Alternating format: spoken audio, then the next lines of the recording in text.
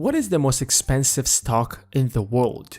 Naturally, you would think about world's most expensive companies like Amazon or Apple. Believe it or not, this company is twice smaller than Apple, and yet its stock price is multiple times higher. It's probably more expensive than your mortgage. In fact, you would have to save every single penny for 6 straight years to be able to buy a single stock. In other words, if you want to invest with Warren Buffett, you should have at least $322,200 to buy a single stock. That's not surprising considering that the stock price has increased by almost 8,000% since the company was founded. If you would have invested just $1,000 back then in Berkshire Hathaway, you would have made around $10 million by 2014. Of course, we can't go back in time and invest in this company, but what we can do is learn how to invest like him. And in this video, we are going to break down his 2 most important rules of investing. The first one is never lose money. I know that it sounds quite absurd, as if Buffett is just making fun of us, but if you give it a closer look, there are logical reasons why most people lose money in the stock market, and your job is to simply avoid these traps by understanding the rules of the game that many investors neglect. If you take a look at the companies that are traded in the market, they have a price tag, but because no one can afford that, even you, Jeff, they are broken down into many stocks. But the key question here is, does this company really worth $925 billion? The answer is no. You see, there is a big difference between the price and value. The stock price jumps up and down every single day. Even slightly negative news that could be even fake can drive the price down. However, not the value, because the value is what the company really worth.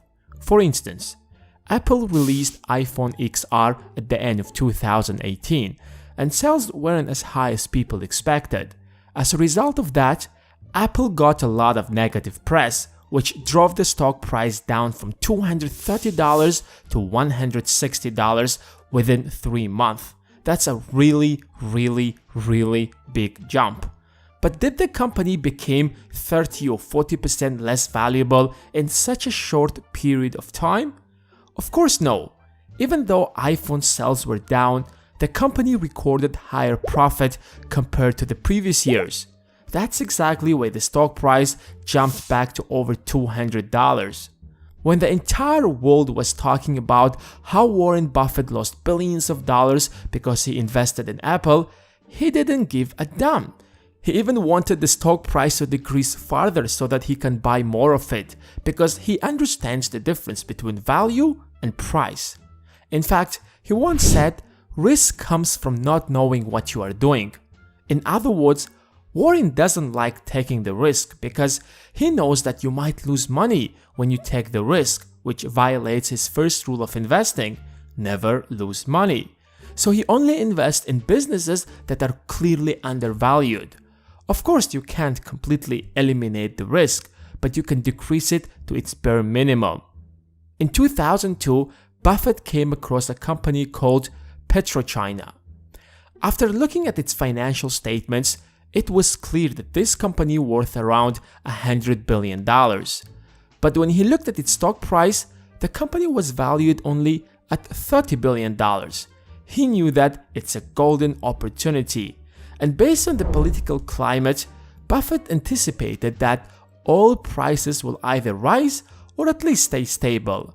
So he invested almost $500 million in this company. And guess what happened? With the rise of oil prices, the company didn't only reach $100 billion valuation as Buffett expected, it skyrocketed to $275 billion. Buffett sold his share and made $3.6 billion in profit. Not bad, right? Alright, we are clear about the first rule. What about the second one? Never forget rule number 1. I know that it sounds absurd again, but if you take a look at the companies that Warren Buffett has invested, you will notice that he followed the exact same philosophy, and since it made him the world's richest investor, I think it works. So, good luck.